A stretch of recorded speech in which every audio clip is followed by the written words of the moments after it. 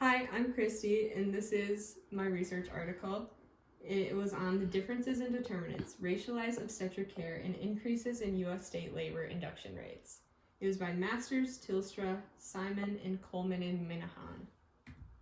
So the research question is, are the increases in the induction of labor rates related with changes in demographic characteristics and risk factors among states' racial, ethnic, childbearing populations?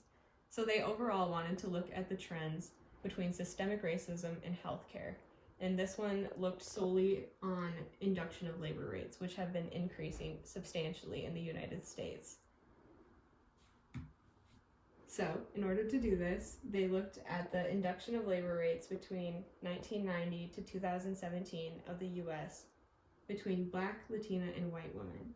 They used cesarean delivery rates as the control variable for each data set, and then broke each data set further down by maternal demographics, and then they also included pregnancy risk factors.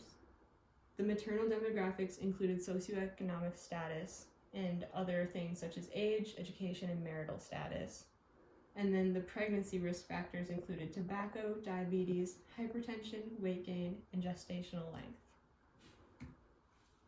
The data here on the left in the graphs show just the baseline data of the increasing of induction of labor rates between Black, Latina, and white women.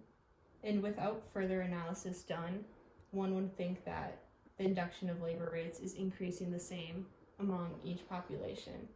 But this study broke down the data even further and took the risk factors into account in the graphing of an analysis of each data set.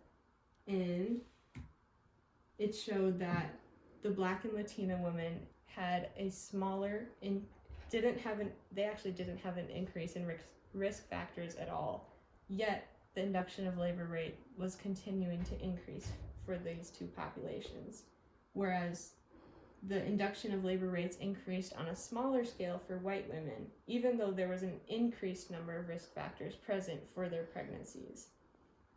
And induction of labor rates for Black and Latina women then were shown to be just a reflection of the risk factors related to white women of childbearing populations.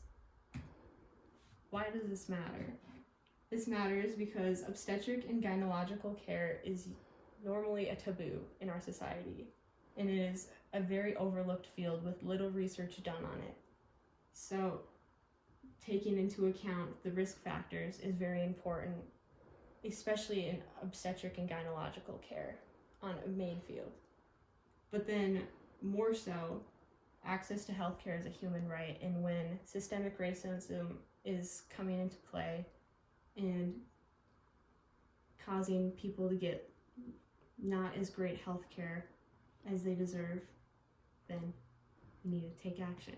And our first step is educating others and becoming aware of this through studies like this. Thank you.